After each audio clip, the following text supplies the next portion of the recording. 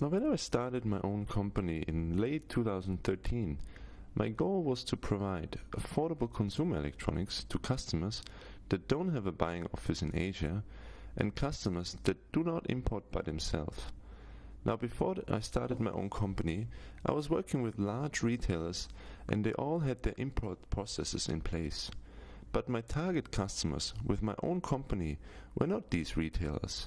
My target customers were people with small businesses or online shops and wholesalers, just for example as an Amazon seller, and that would like to get things directly from the source at a great price.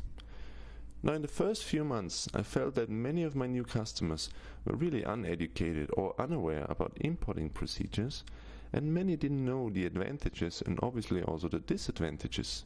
So instead of explaining everything in detail, I sat down one day and I decided to make a guide that they could use every day.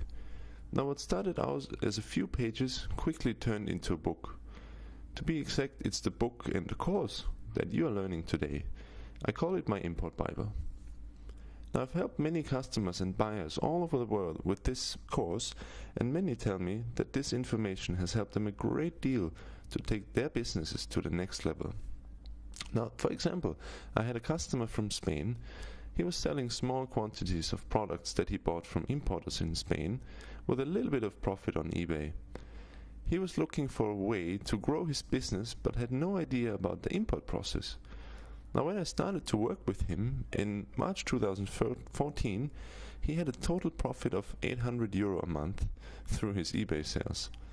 Now, as of today, because of my help, he's one of the top sellers on eBay with a profit of over €50,000.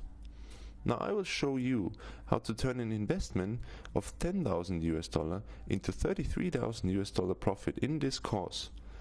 With this course, I really want to help you to have the same success as my Spanish customer did with just a couple of months of hard work. Yes, hard work.